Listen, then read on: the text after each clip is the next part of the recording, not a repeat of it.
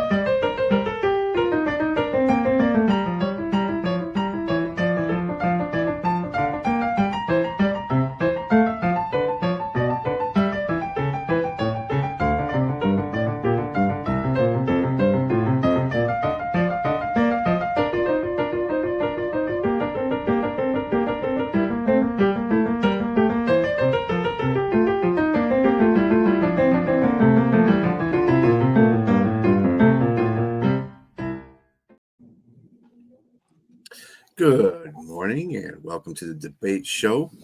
I am your host, BA, along with Jack Hirsch and James Martin.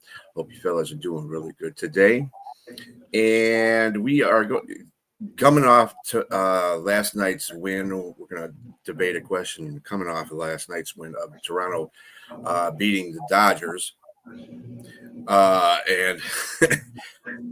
I'm you know what? After having conversations about the refereeing and people getting paid off in baseball and basketball and stuff like that to cheat and whatever the case may be, I don't even know what to say about sports anymore. I'm so confused. But anyway, let's go into some wholesome conversation about baseball. What is the greatest single game postseason performance in Major League Baseball history? Go ahead, Jack. First up, congratulations to the Toronto Blue Jays for winning last night. I thought they'd get swept. I still doubt if they're going to win the series, but if they do win today, any team that's down 2-0, any team is in trouble. They're in the hole, best 4 out of 7, okay? So Dodgers better win tonight, but if they do, they'll restore order and they should, be fine. But big game tonight, that there's been a lot of great postseason performances. I mean, there are a few that stand out, amongst the others. The most obvious that would stand out off the top of someone's head would be Don Larsen's perfect game in the 1955 World Series. It was the teams are tied up 2 games apiece. So that pivotal 5th game decided which team would go up 3-2. And with Larsen's, perfect game, it put the Yankees up 3-2. And the Yankees ultimately, won that series in 7 games. That was 1956, excuse me, not 1955. 55, the Dodgers won the World Series, and then the Yankees recaptured the title in 56. Excuse me. I was off 1 year a moment ago. But for me, it might not have been the best single game performance exactly for efficiency on the field, even though you could argue it came pretty close. But when you talk about the biggest pressure-packed situation of all, it was the 7th game of the 1991 World Series, and it's Brian, a player that you're very familiar with from all his great years in Detroit. He's a Hall of Famer, but he didn't do it for the Tigers. So I don't know how much use he had to you at that point. He did it for the Minnesota Twins, Jack Morris. Okay, to go 10 innings and win that game 1-0, 7th game of the World Series against the Atlanta Braves, and a very good Atlanta Brave lineup too. Very good lineup. And the manager, Tom Kelly, kept wanting to take Jack Morris out. And Morris told him, "You're not taking me out of this game." And afterwards, even Tom Kelly, the manager, basically said he screwed up by leaving Morris. And even though they won the game, he wasn't taking credit, the manager. He says, "I can't believe I let Jack Morris pitch 10 innings. But that's what happens with certain iconic players. They earn that right. But it could have happened even with the Yankees, something like that in 2003. They played the Red Sox a seventh game to see who would go to the World Series. And Mariano Rivera had pitched 3 innings in relief. And the most they ever used Rivera in his career in relief had been for 2 innings. And he pitched 3 innings. And Joe Torre kept saying, I can't let him pitch more, even though he had no one left in the bullpen in addition. And Don Zim and Torre discussing it. Rivera was going to come out of the game. He was going to go 6, 7, 8 innings if he had to. It was crazy, but safety and conserving a guy's arm was out the window at that point. And that's what happened with Jack Morris. And when the Twins scored the winning run in the 10th inning, it was Morris who led the charge out of the dugout. This is the pitcher stomping on, near home plate. And what a gutsy performance. Talk about an athlete wanting it so bad.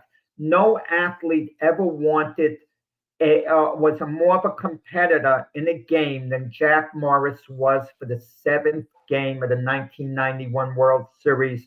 Most pressure-packed situation, and he went over the limit. So maybe there were games where pitchers maybe were, another performer a little more effective, but no one ever duplicated a situation like that before or since. Who was the pitcher that he was starting against? John Smoltz. Good job. Yeah. Smoltz pitched a tremendous game that, Smoltz would have been a hero. Those questions is like, because he's got all that in his head. So that's more I don't know than I know. I mean, but Smoltz pitched such a great game. Smoltz deserves to be remembered, but unfortunately, when you're on the losing end of a game like that, hardly anyone kind of remembers you. You don't get the credit, even though you came up big yourself. Smoltz really came up big on that night. Yeah, he did. Mm-hmm. They didn't let him go 10 innings, though. But Bobby Cox, the manager, was a little smarter than to let this guy go 10 innings.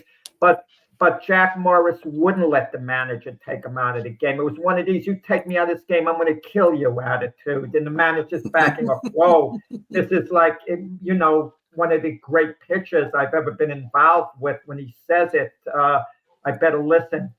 It's something like that. A quick side note happened to me when I coached JV baseball. I knew a kid very well.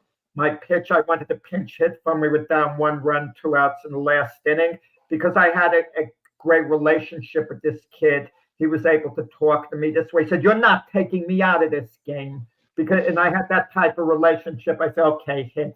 He grounded out to end the game. It still bothers me to this day. I just should have yanked him for the pinch hitter. Hey, and let me tell you something too, that he's also known for that. I remember that game because of the scowl that he had. Wow. When the coach came out to take him out, the manager came out to take him out, and he told him that, and he just scowled at him. The look on his face, like, get back in the dugout. Like something like that happened recently, with another former Tiger, Max Scherzer. He wasn't coming out of the game with the Blue Jays, with the manager. Mm-hmm. Certain guys have the right to do that if they're Hall of Fame pitchers, but they can only do it once in a while. It can't be a constant thing, like to chase the manager away. That doesn't work. But you could do it once in a while. That's why, guys, when Travis Kelce bumped Andy Reid, he didn't push him. He got too close. It was out of line. But there's a certain greatness that Travis Kelce had and a certain relationship with Andy Reid where Reid isn't going to bench him that moment. You move past it because you know what the relationship is. And just to carry off that too, just remembered that Reid got Kelce back by bumping him too when he came off the field this year, as a matter of fact. Wow. So, yeah. James, what you got? And, in regards to baseball, it's one of the toughest things for me because I'm not really a baseball fan, and I don't, as much as passionate as I am about football, basketball, these are things I live. These are my pastimes when I coming up as a kid. My dad loved baseball, but I did not. And I still watch it, but I'm going to say that for someone who didn't like baseball, for someone who didn't watch it, I still admired certain players. I admired greatness. I've always admired greatness. And so there's been people that have come along, even when, particularly when I was young, that you couldn't help but notice it. Even if you're not watching, if you don't like sports at all, you're going to know these people's names because of how great they were. And then for the moment at that time in 1977, I'm going to have to say Reggie Jackson and his 3 home run. It's just it was just impressive. I mean, I wanted all the clothes. I wanted everything. I didn't even want to play baseball, but I wanted everything that Reggie Jackson had because of how great. And just to see what he did and come back out of the dugout and salute the fans. I wanted to do that myself. I wanted to be able to say I could be that great at that moment at that time. And it was an impactful thing for me, for someone who didn't like baseball. It's just I was, and then of course, I'll be honest with you, the color line, seeing someone look like me out there great doing something that was just impressive. I mean, and his home runs, the 3 consecutive home runs were on the first pitch on each one. It wasn't like he was striked out or anything like that. They were on the first pitch. And so for me, and I would have gave us a second nod to Kurt Schilling with the Bloody Sox game in 2004. I mean, my man. Just because New he York had a guy. bloody New York shot, guy. he pitched a great. No, he pitched a really good game, but a lot. The gut. I'm just saying gutsy. I mean, But he had a torn tendon. And he's playing 7 innings. He only gave 1 run up. if he had So a I torn mean, tendon, he wouldn't have been in there, and he would have been done for the rest of the postseason. Come on. And he could have changed the sock. It's not a big deal. It's like uniform dirty, get some blood on it. It doesn't make it better. like you said, the New York guy. Yeah, but definitely Reggie Jackson is my choice, I would I say. was at that game. I was at that game in 1977. Wow. And I was in the upper deck. I was in the upper deck, between, past the first base line. And the guy I was with, my friend, he didn't like Reggie at all. He couldn't stand Reggie. And I was a big Reggie Jackson fan. I thought he was cool, despite Reggie's antics. I liked his antics. It was up my alley. So when Reggie hit his 3rd home run, my friend was like in shock, and I was like shaking him physically, Yeah. Wow. So you guys, wow, that's impressive that you were there. Reggie walked the first time he was up. So Yeah. yeah. And it was the 3 swings are right. And the story that he always liked to tell is that before the game in batting practice, he was like zoned in. He was hitting them all out, and he wondered whether he was leaving his best during batting practice. He had it on his mind, and apparently he wasn't. Wow. But yeah, that's my guy, and that's what I would choose as the best postseason single game performance. Yeah. Yeah. With a home at Sosa, Howe, and Hooten, was it? No. Wait. Sosa. Yeah, Charlie Howe was the last homer he hit into the bleachers. Yeah, I think, that's would be my guess. Those three pitchers. Not that it matters, but that was the deciding game, and the Yankees won the series in 6 games. And Reggie became the MVP of the series, and that got him the nickname Mr. October. Yes, for sure. Absolutely. Yeah, he fouled that up in 78 with even better performance in the postseason. Not as dramatic, but he did a good job in 78. Well, and Reggie's also famous in Detroit baseball indirectly. For the All-Star game. For the All-Star game, he hit one of the more famous home runs in baseball history because of how far it was, where, I don't know what they ever measured it out, but we hear that story. Yeah, it went over the roof, didn't it? Yeah, it went over the roof. Can't measure that. You don't know where it fell. They're still looking for it. And they just tore the stadium down like 10 years ago. Well, you got to be careful with these measurements, because when I was a kid, we grew up believing the longest home run ever hit in baseball history was Mickey Mantle's home run, 565 feet. Now we know that's a myth. Now, no way did he hit it close to 565 feet, because no one comes close now. Apparently, the ball landed and rolled a long way, and they counted that, and then they embellished it with some additional feet. let's just call it a tremendously long home run. But no, certain things when no one comes close to it and you don't have conclusive measurements, you gotta kind of have to then disregard it. Yeah, I have to agree with you on that. Yeah, I like both your guys. Postseason players that shined in those moments. But I'm gonna keep it current. I'm gonna go with Otani. 10 strikeouts and 3 home runs. I mean, I know it wasn't a World Series, okay? Granted, it was a postseason game, though. And it probably wasn't one for all the marbles, but that's still impressive. 10 strikeouts and 3 home runs in a game. Come on. I mean, in a postseason when you're on a big stage. 3-0. He wasn't on a big stage, Brian. They were 3-0 the Dodgers. Everyone knew they were winning. Hold on. Calm down.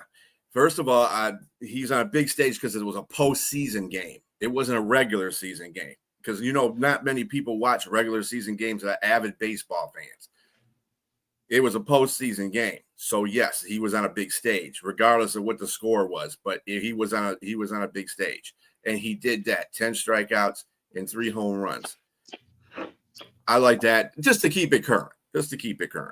Those guys that you mentioned, that's traditional baseball right there. I mean, that's old time. That was when baseball was baseball. When we watched that, what was it? The Twig this week in baseball. But anyway, all right. So, was New York Jet owner Woody Johnson out of the line by singling out Justin Fields for the team's trouble? Let's see. I'm gonna go with you, James, because I kind of figured Jack is gonna go on a tyrant on this one. But anyway, go ahead, James. I mean, when I heard it, I mean, everything was from a short or intermediate version of what was said. It was either out of context. It was either just like one-liners, and everybody just took and ran with it. But for me, I said I always like to watch things in context, and so I listened to the video. And the interviewer or the reporter came at him with a question that had nothing to do with the player, and it had nothing to do with Justin Fields. It had everything to do with Aaron Glenn. They were asking him, were they confident that he could turn things around? And he thinks that Woody Johnson says that he thought that he is coming around on some things. He said, but it's very difficult when you have a quarterback who has a rating with what he has, and he said the kid, and then he goes on to say that he has ability. He has ability, but for some reason things aren't jiving. And so he also said, what else did he say? He said that if you look at any head coach with a quarterback like that, you're going to have a similar result. I don't have a problem with what he said because everything was true. The optics, Jack, I'm the person who picked your team almost every game to win because I was believing with the talent and everything that's there.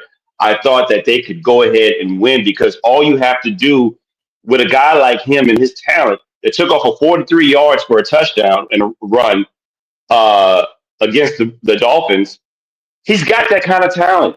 Why are you not utilizing this guy with his legs more until the passing comes around? That's just obviously he's a different type of talent. And I think to me, I have to blame the coaching. I think you gotta have culpability with the game plan. Some of the game plan is off with offensively. Now, mind you, I think the player is off. Yes, he's had some bad moments. He's got to be culpable as well. But I don't have a problem with what the owner said because to me, what I think, if anything, he maybe could have kept that in house. But he was asked a question and he brought it out. So these people are who they are. They're not going to change. When you listen to owners talk, they're rich. They want things the way they want it. They're in this big buddy system, and it's just what it is. But to me, I've heard other quarterbacks that are panelists now, like Kurt Warner, say he's right. The evidence is there, and I agree wholeheartedly. I don't have a problem with what Woody Johnson said. He wasn't malicious. He just said what it was, and that's it.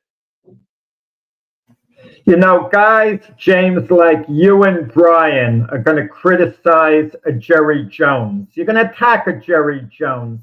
But let me throw this at you. Well, he makes it How easy. many owners know the amount of football that Jerry Jones knows? All these owners. How many really know football?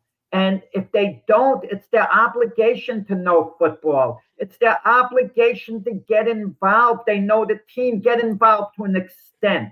You got to give your coaching staff, your GM, the responsibility to make decisions, but you're also entitled to step in. You own the team. And it doesn't mean that your GM and coach necessarily know talent more than you know as far as making a big decision. Someone decided to sign Justin Fields on the Jets.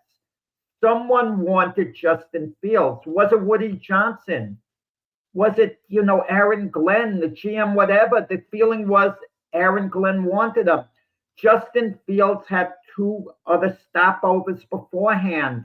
He was with the Chicago Bears. He didn't do that badly. They were thinking of moving forward with him as the quarterback. In other words, he was there 3 years, and the Bears had no clue what to do with Justin Fields because they now had the number one pick in Caleb Williams. And if they stuck with Fields and he had a good year, they'd have to give him a big contract.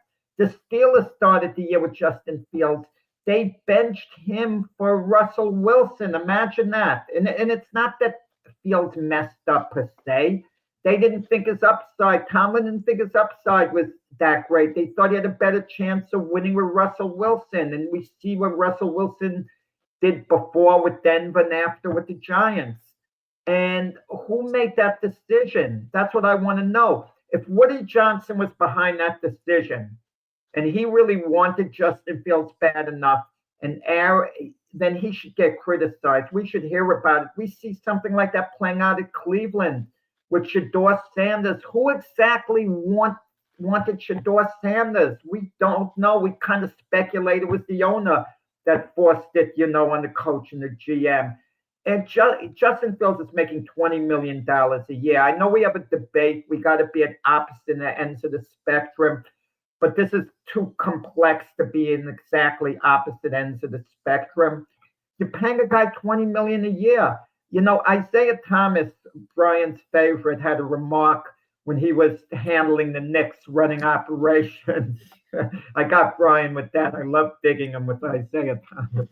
But he said during exit interviews, this and that, this isn't charity. This isn't charity. The man is getting paid, like $20 million a year for, approximately over, 2-year contract. And they expect him to produce. It's a producing game. It's not about, Justin Fields' feelings are going to be hurt, this and that. Was he out of line by singling Justin Fields out? The answer is going to be yes, because he also should have singled out his coach, Aaron Glenn, as well. Doubled, the blame, and maybe even blame himself. Maybe he said, look, I told Aaron Glenn I thought it was going to be a good signing, so hold me accountable. So, yes, he was out of line in that respect.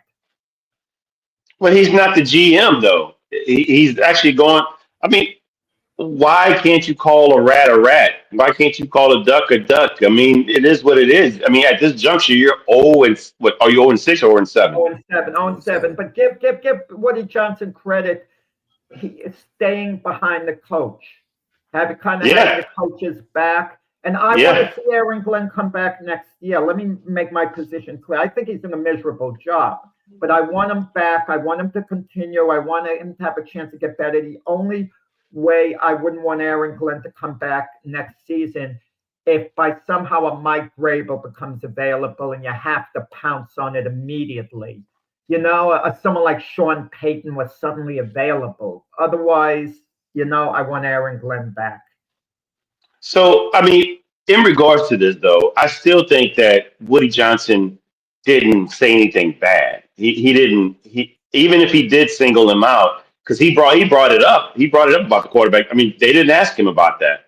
but he gave the reason as to why he thought that, the problem with or not the problem, James, but you're not condescending. James, it's he not. said if we had a quarterback who could complete a pass. Yes, That's I mean, but insulting. these are facts, though. That's not insulting. Insulting is paying somebody $20 million and they're not doing their job. That's what's Yeah. insulting. That's it. What else is he supposed to say? I mean, you're trying to get a return on your investment, and it's not happening with the big fat Yeah. goose egg. Just And keep in so mind. that Just keep in mind, he's the owner of the team. He can say whatever he wants to say. pretty much, Was he out of line, Brian? That's and I don't think It don't he's make a out of difference line. if he's out of line. It doesn't make a difference if he was or not out of line because he's the owner. He can say whatever he wants to say. But I've heard worse, is what I'm saying. I've heard worse. Right. Jerry Jones has done this so many times too.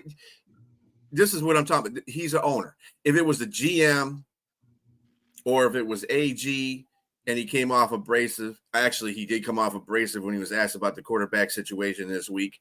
Kind of saying, are you starting Tyrod Taylor? He was like, that's for me to know, and you find out kind of basically. Yeah, wait. Explain this to me, Brian. I don't understand it, okay? Injury reports come in because, for the betting purposes, because you have to know, because people have to know who's playing and who's not playing. But and if someone is potentially injured, you can't withhold the information. You can't act as a decoy. So why is Aaron Glenn allowed to play this decoy game as far as who's starting and who's not with the quarterback? He's not the first coach to do this.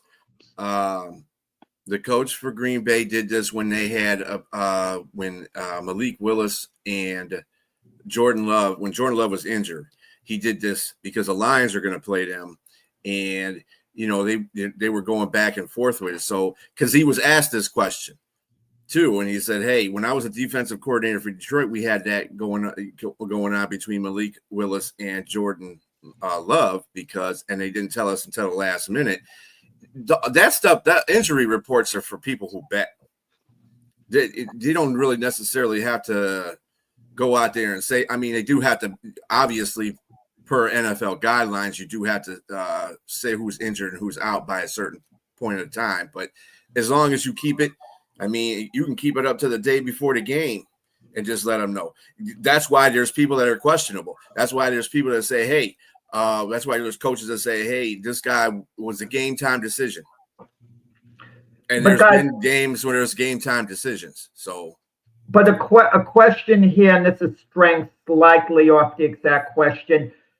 Should Aaron Glenn move on from Justin Fields? Tyrod Taylor is not the Jet quarterback of the future. He's not going to be their quarterback next season. Should we find out? I know it's brutal watching Justin Fields. I know it's painful, and it was so painful for me the last game. I said I did something very rare. The game didn't have my full attention. I started playing around on social media, and I'd look up to see the plays. I couldn't take it anymore. I was bored out of my mind. And Rob Gronkowski said the same thing. He said, this is like so boring to watch. It was the worst possible entertainment you could have. But we got to know about Justin Fields. He's on the contract next year. Don't we want to conclusively know beyond the shadow of a doubt he's not going to be the quarterback going forward, the starter? And if that's the case, keep him on the team as a backup, but say, look, he's not going to be our starting quarterback next year. We're paying him, so we're going to keep him around. He's going to be a backup, but we're going to be looking for starting quarterback next year. What do they have to lose to play him now? We're 0-7. Tyrod Taylor had open receivers. He couldn't even get the ball to them. He showed more poise than Justin Fields, but his arm was so underdeveloped during the game. No doubt you want to keep Justin Fields in the game. Just like I said earlier, to get a return on your investment. But my thing is, with this question, you said, was New York Jet owner Woody Johnson out of line by singling out Justin Fields? No, he wasn't out of line. To me, you know who's out of line? It was Justin Fields himself. The response when he was told about what happened, he just shrugged it off. Well, what can come he out say? with. What's he I mean, supposed to say? come out with some passion and say, yeah, you know what? Like he did say, I'm my own worst critic, but he needs to say that maybe he's right. Maybe I need to take some culpability No, here. no, And no. yes, for Well, sure. culpability. We know how terribly was. If he said, "Well, if I had better blocking, a little more time to throw, I could complete a pass," that would cause division within the team. I'm not saying him for him to say that. That's not what I'm saying. I'm saying take the responsibility himself and get better. Then say we're going to be better. Well, to be fair, Say he has said that a few times this season where he says it's on me to get to be a better quarterback out there. He said that a couple of times this year. So it's not that he's not taking culpability for his issues. I think the general thing is the problem with teams nowadays, the formula is there. Teams just don't use it.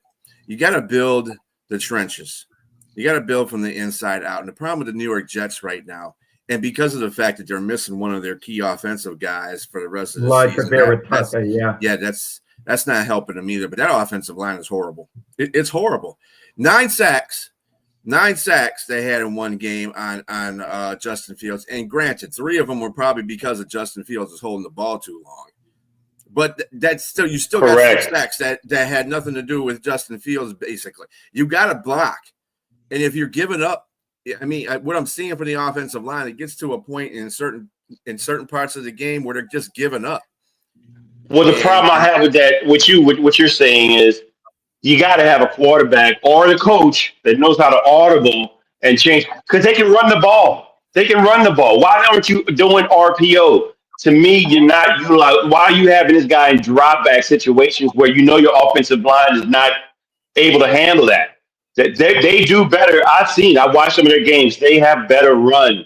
They have better run schemes. Why aren't you just taking advantage of that, coach? Why aren't you taking advantage of the situation where the quarterback has powerful legs, he can run. Put him in a position where you design runs. Yeah, you know what's ironic about this? Had the Jets stayed with Aaron Rodgers, they probably would have won a couple of games and been like 2-5, and we'd be talking about what a disaster it is with Rodgers, how terrible it is. Now realizing 2-5 looks good now compared to what they are. I mean, that's a what if. It could be the same thing. It could they can be 0-7 too.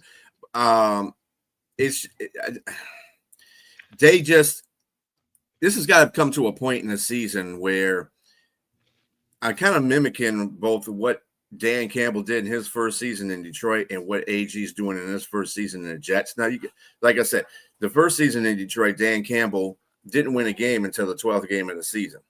Okay. And we're on the 7th game. Now, also in that season, he fired the offensive coordinator around this time, as a matter of fact. And I think AG is about right here saying, you know what, it was cool that I brought the passing coordinator over from the Lions, but he's doing jack as far as offensive coordinator is concerned. So probably it's time for him to move on for, what's his name, Eggstrad. I don't remember the offensive coordinator's name all the way because he was a passing coordinator here. So anyway, so if he gets rid of him and gets a different offensive coordinator, maybe that'll change the offensive output that the Jets are having. You got to remember something. AG is a defensive coordinator. He's a defensive coach. He's kind of like Mike Tomlin. So he depends on the offensive coordinator doing his job. So that's probably the first thing he's got to do. When you got a rookie offensive coordinator, that's a shambles right there. You should get somebody that has some kind of experience. And even when the Lions got Nate Lynn as an offensive coordinator, he did have experience. He just couldn't do anything. Yeah, or Anthony. Yeah, Anthony. Yeah. He couldn't Anthony Lynn, come on. Anthony Lynn, when he was in charge of coaching, they drafted Justin Herbert. Herbert should have been starting immediately off the bat. It should have been announced. Great talent, drafted number 6 overall. He says, no, he's going to sit a year and hold a clipboard behind Tyrod Taylor. Imagine that. Now, very unfortunately, Tyrod Taylor was given a faulty shot by one of the team doctors, and Justin Herbert, with no preparation, was rushed in to the first game, like virtually minutes before kickoff, and he had a sensational rookie year. What good would holding the clipboard have done? He would have wasted a year. And that's the brains of Anthony Lynn that I think of, the judgment call. I mean, we shouldn't know more than a head coach. We really shouldn't. Okay. I mean, at that same level, he got thrown into that circumstance. Who knows what would have happened if he would have stayed behind Tyrod Taylor for the entire year and, he got would some have had tutelage. the same year he had his rookie year. He would have had the same great year, but there's no substitute for playing to me. But in some that's cases, just about the individual. I think Justin Herbert, he got thrown onto the spot. You got nothing to do but, go out there and perform. And sometimes when you get thrown out there in the line of fire, some guys fold and some guys outperform. And that's what I think Justin Herbert did. He outperformed, and that's what was good about the whole situation. It was a lucky thing for the Chargers at a time that they had a quarterback that, went out there and did his job. But at the same time, he could have fell flat on his face too. You never know. But we know the result. I just think Justin Fields, like I said, that's the reason why Anthony Lynn got fired from here, because of the fact that he wasn't doing a very good job as an offensive coordinator. So I think this is the same thing that AG has to do. But anyway, enough of the Jets. Yeah. Amen. Who is the best player in NBA at the moment? And we are talking about peak value and not necessarily accomplishments. Go ahead, James. Man, there's like several players to choose from, and I'm going to say that they're all internationally known. They're all international players. That should be another question that we should bring up. Will there ever be another great American? Was LeBron James the last American hero in players coming from Probably homegrown? Who knows? We'll see. But all the players that Jack, in this question that you brought up, they're all international players. I mean, we got SGA, Luka, Giannis, and last but not least, my guy that I'm going to pick is Victor Wembanyama. And I'm only going to pick him because, I know it's his second year and he didn't play all of his rookie year. He's an unfair advantage. He's a guy that's just freakishly, naturally gifted and then skilled at the same time. 7'3" that grew 2 inches to 7'5", put on 25 pounds of muscle. The first two games are unreal. And these are against potential playoff contenders that he just made look silly. What he put up? He put up 40 points and 15 rebounds and 3 blocks against the Mavs. AD and the other big guys there, they couldn't handle him. They just couldn't handle him. And this is a team, Jack, that you're talking about, this potential contending for NBA Finals. I think I mentioned this last season. One time we talked before about what team that we should be looking at. I thought San Antonio might be one of those teams. Yeah. And so it's because of this kid. If he's healthy, if there's no issues with blood clots and anything like that, I think he's the future, obviously, of the NBA. And he's gonna supplant Giannis. He's gonna supplant Luka. And those guys are great. SGA. I put his name in there, and I put him internationally because he's from Canada. So he scored 55 points in his last game, and they were without their number 2 guy. They were without their Jalen Williams, and they had 2 double overtime games back to back. But they were on the backs of SGA. But even saying that, I still got to pick Wemby, and I just think that Wemby got pulverized by Zion. Zion looks good. He was really good. The best player. Why don't you go with your guy? You're a Pelican fan. Why not say Zion is the best? Because he still lives in New Orleans, and there's plenty gumbo and etouffee there left. And so we got to make sure that Ozempic is working for a full season first before we put the range on him. Trust me, I want to do that. but it's going to be Wemby for me. And 9 blocks against Zion and crew. 9 blocks. That's just almost unheard of, man. It's just unreal. And I'm putting him in the category of Kareem and Wilt. He's kind of like in that range, man. Except he's got some Hakeem Olajuwon moves combined. So he's a combined freak. So that's the guy I'm picking, man. Yeah, I mean, if James were a sprinter, he would have more false starts than anyone else. He doesn't read the direction. It says at the moment, and James is talking about the future of the NBA. We're not talking about the future. I mean, we're not talking about next year. Maybe by the end of this year, Wemby is going to be the best player in the NBA. It says at the moment. At the moment. Next time, Brian, you got to underline it for James, okay? Maybe circle the thing at the moment. And Wemby is getting there.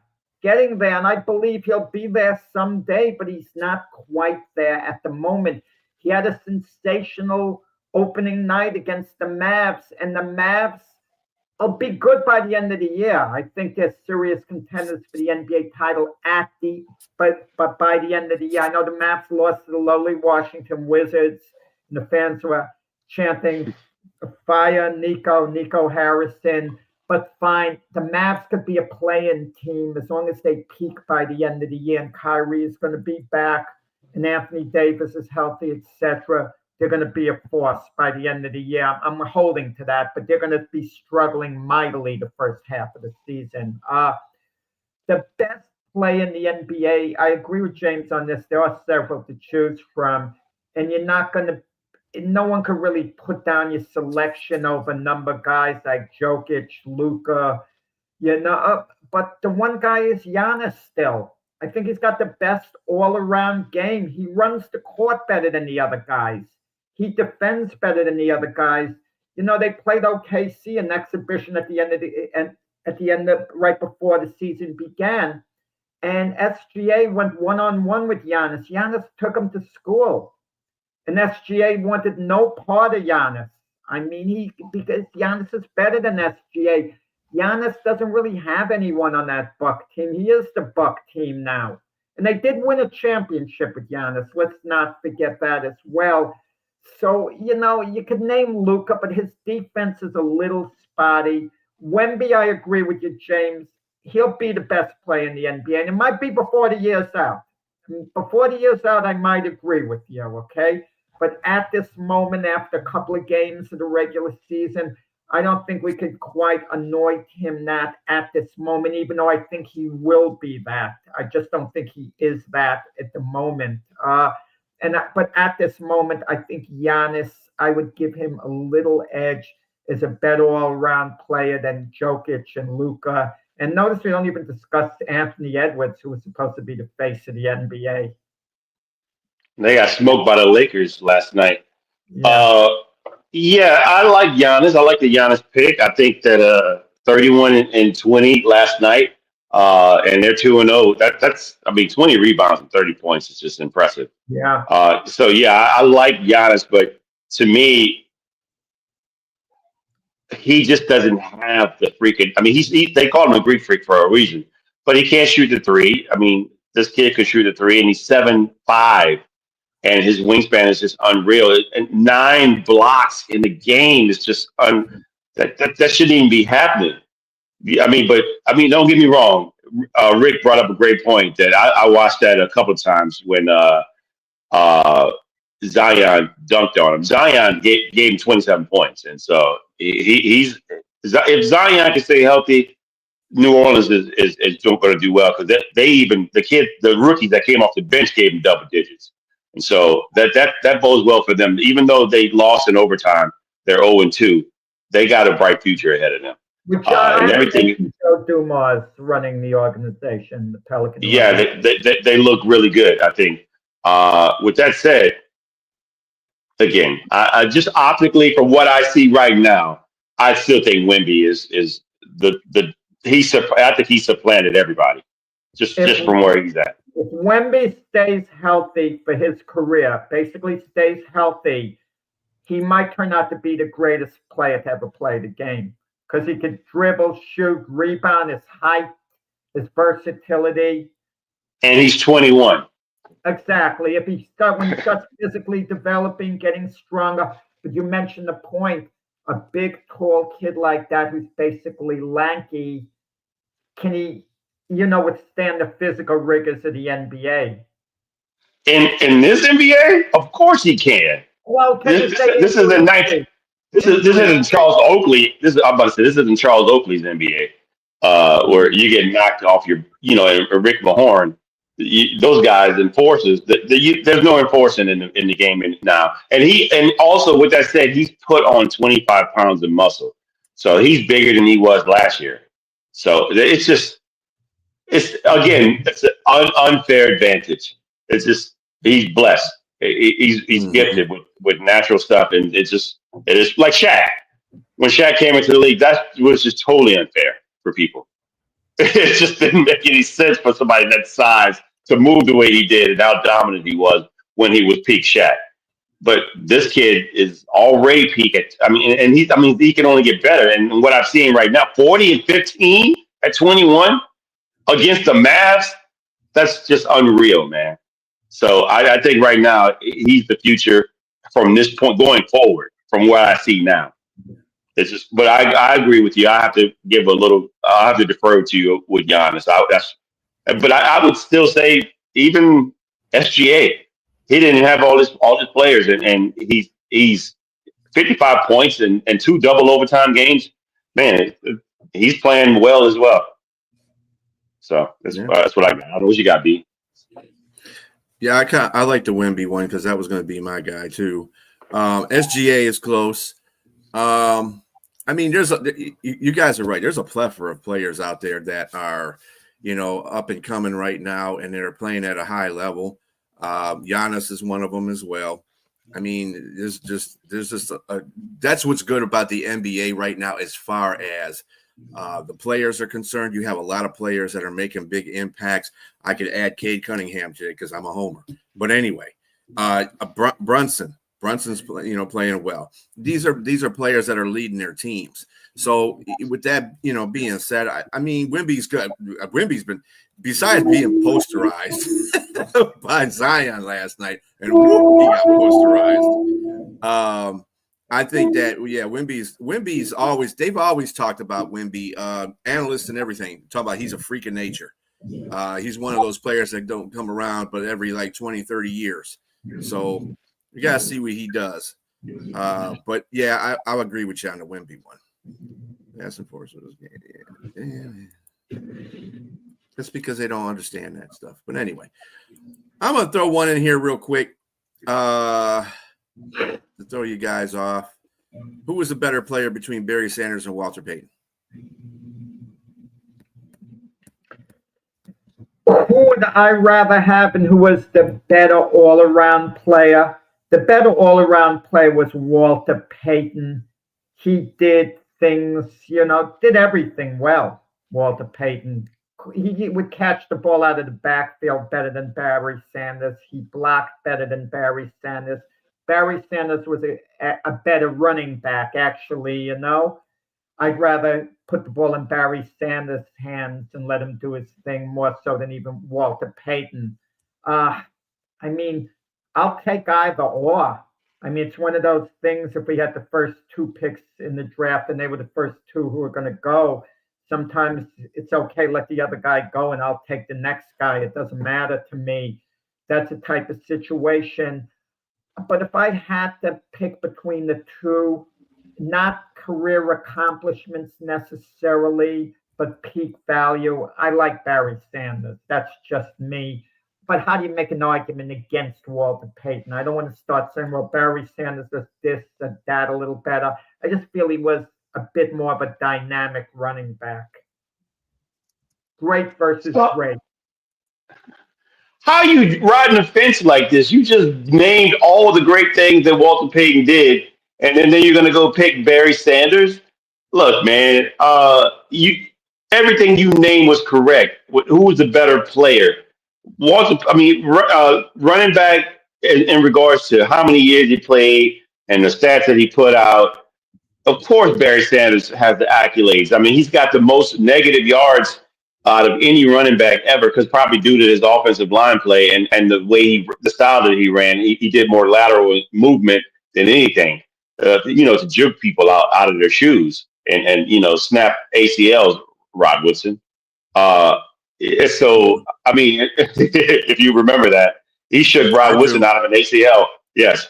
So Rod Woodson was one of my favorite players too, and I remember he's a great player in Pittsburgh. Yeah. Oh, yeah, great player, man. With that said, man, Walter Sweetness was just unreal, man.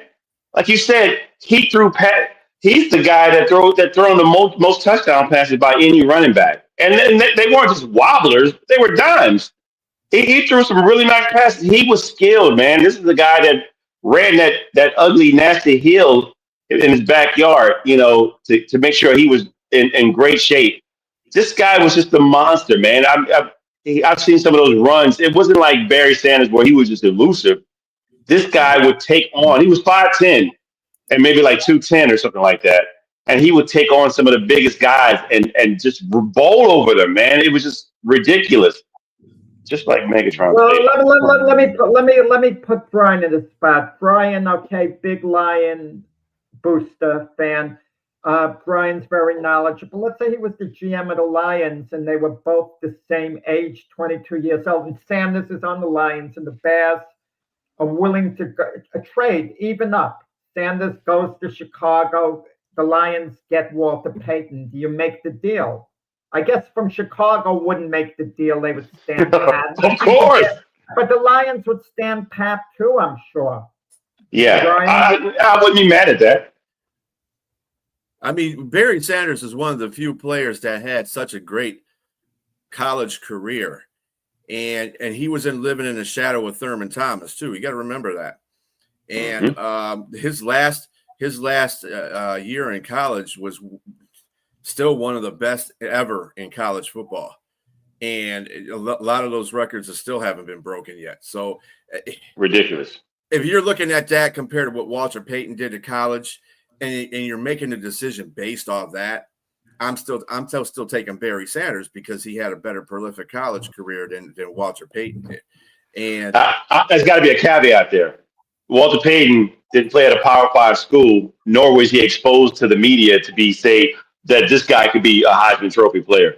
I mean, there's only one player that I think really that I know of that has some Heisman Trophy aspirations, and that was Aaron McNair that played for Alcorn State. But yeah, he played for Jackson State, man. There's no comparison because you didn't see him. There was no. I mean, but scouts saw him. Well, scouts saw him. Just like Jerry Rice. Yeah, of course, right. He went to Mississippi Valley State, and so they saw him, but nobody knew who Jerry Rice was, though. Outside of that, honestly, it just nor Walter Payton, nor Aeneas Williams, or great guys like that who went to HBCUs. So I mean, I get what you're saying because I watched Barry Sanders at Oklahoma State as well. I mean, my man had somebody just came close to his yardage, and I still don't even like to in Ashton Genty, and I still don't like to even give him credit because he played more games, and they counted more games. Yeah. Mm-hmm. And then on top of that, you got to look at the fact that you're right because he was more prolific because he played on a power school. But I mean, even looking at that accolade, he played on the Lions, and a lot of people always say, "Well, the Lions wasted his career," and which may be a fair point because they didn't put a lot around him when they were there. I mean, they did manage to go to a couple. They went to the NFC Championship in '91, but other than that, they were just like they're making it in the playoffs and getting beat in the playoffs, so it didn't make a difference anyway. And I think Barry got tired of that. He's like, look, you got to put more people around me because you got to get a better defense, a better offensive line, a better quarterback, basically. And he just, he retired too soon to me. He retired too soon. And you got to remember that Walter Payton has like 37 more games than probably 2 seasons right there. than Barry has. And if Barry would have stayed in, we always say if Barry stayed in for such a long time, he would have passed Walter Payton at the time. You know, that kind of He stuff. didn't care. He didn't care about records, Yeah, Barry he didn't care. Sanders at all. He didn't care. Mm-mm. And Barry Sanders, just a side note, Barry Sanders is one of my all-time favorite players, and he's my favorite running back. But that said, I'm not going to discredit Walter Payton with not he had 16,000 rushing yards, and he also had receiving yards that was just out of control. So his numbers were great. And like, don't get me wrong, Emmitt Smith passed them up, but I couldn't put them in. If I had a Mount Rushmore running backs, Emmitt Smith wouldn't be on it. But Walter Payton and Barry Sanders would definitely be on it. Yeah. Yeah. All right. So we are coming in conclusion to this day's debate questions. Please join us tomorrow at 8 o'clock a.m. for the Big Football Show, and which will be this panel inclusive of, as Keith will be on here as well, Keith Engel. Then on Monday, join us for the Keith and Jack Weekend Playbook at 7 a.m. And then, of course, Jack and Frank at 7 p.m. Eastern Standard Time Monday for the Gloved Fist. We have many shows coming on in Northeast Streaming Sports. Keep in touch. We will have a promo out there so you can keep up with all these shows that we have on there. Y'all have a very good rest of your weekend. Enjoy the World Series. Enjoy college football. Enjoy pro football, basketball, and hockey. We got a plethora of sports. It's a sports person's dream. Have a great day.